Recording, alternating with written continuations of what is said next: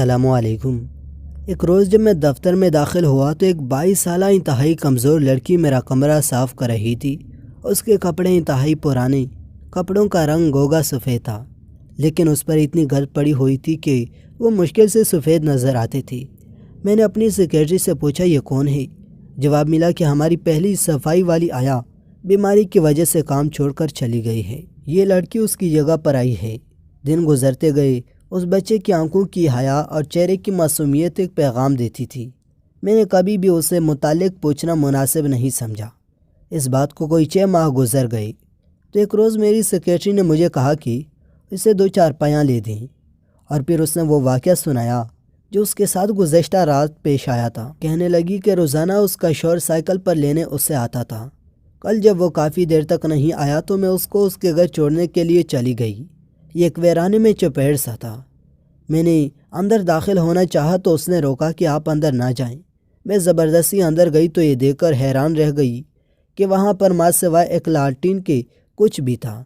اس کے 2 بچے زمین پر لیٹے ہوئے تھے۔ میں نے پوچھا کہ تم اور تمہارا خاوند کہاں سوتے ہیں؟ تو اس نے زمین کے ایک جانب اشارہ کر کے بتایا کہ وہاں۔ میں نے پوچھا تمہارے پاس کوئی چارپائی، بستر، رضائی وغیرہ کچھ نہیں؟ تو وہ رو پڑی اور کوئی جواب نہ دیا۔ دوسرے دن اسے 2 چارپائیاں لے کر دیں اور کچھ برتن بھی۔ جب میں نے کچھ کپڑوں کے پیسے دیے اور اسے کرائے پر گھر لے کر دیا تو اس کی حالت دیدنی تھی۔ دراصل میرا پروگرام اس کو گھر لے کر دینے کا تھا۔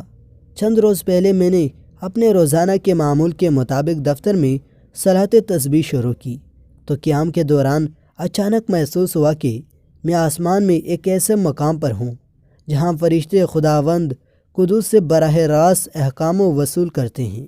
چاروں طرف تحت نظر سفید لباس میں ملبوس فرشتے ہی فرشتے ہیں۔ اتنے میں رب العزت کی آواز گونجتی ہے کہ ڈاکٹر صاحب کی عبادت کا ثواب دگنا کر دو۔ اس کے فوراً بعد تمام فرشتے آپس میں چمگیاں شروع کر دیتے ہیں۔ سب فرشتے حیران ہیں کہ اس بچے نے اپنے پالن ہار رب العزت سے کیا مانگ لیا ہے کہ ایک تو رب العزت نے اس بندے کو تمام عمر کی عبادت کے برابر ثواب بخشا، اور ساتھ ہی ایسی نعمتیں عطا کی ہیں جن کا تصور کرنا بھی مشکل ہے۔ میں نے نوافل مکمل کیے، بچی کو بلوایا اور اس وقت میں پوٹ پوٹ کر رو دیا اور اس سے استعادہ کی کہ وہ ایک بار پھر رب العزت سے میرے لیے ویسی ہی دعا مانگی۔ کچھ دن بعد القاء ہوتا ہے کہ اس نے تو کچھ نہیں مانگا، لیکن جو کچھ آپ نے اسے دیا ہے وہ اتنی خوش تھی، اور جب رات کو چارپائی پر لیٹی تو زرو قطار رو رہی تھی اور زبان پر الحمدللہ تھا۔ رب العزت کو اس کی ادا پسند آئی، اس لیے انعام تو آپ کو ہی ملنا تھا۔ میں نے اگلے روز اس لڑکی کو بلوا کر اس کے گھریلو حالات معلوم کیے تو پتہ چلا کہ اس نے انتہائی کمپریسی کی حالت میں زندگی گزاری ہے۔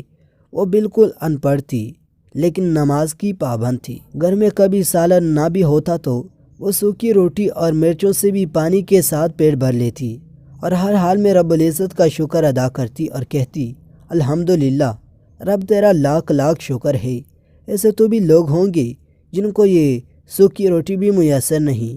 چھوٹی سی عمر میں جب وہ 14 سال کی تھی تو ماں باپ نے خالہ زاد کے ساتھ رشتہ طے کر دیا اور شادی ہو گئی۔ شوہر ایک موٹر سائیکل کی دکان پر کام کرتا تھا، کبھی 1500 کما کر لاتا۔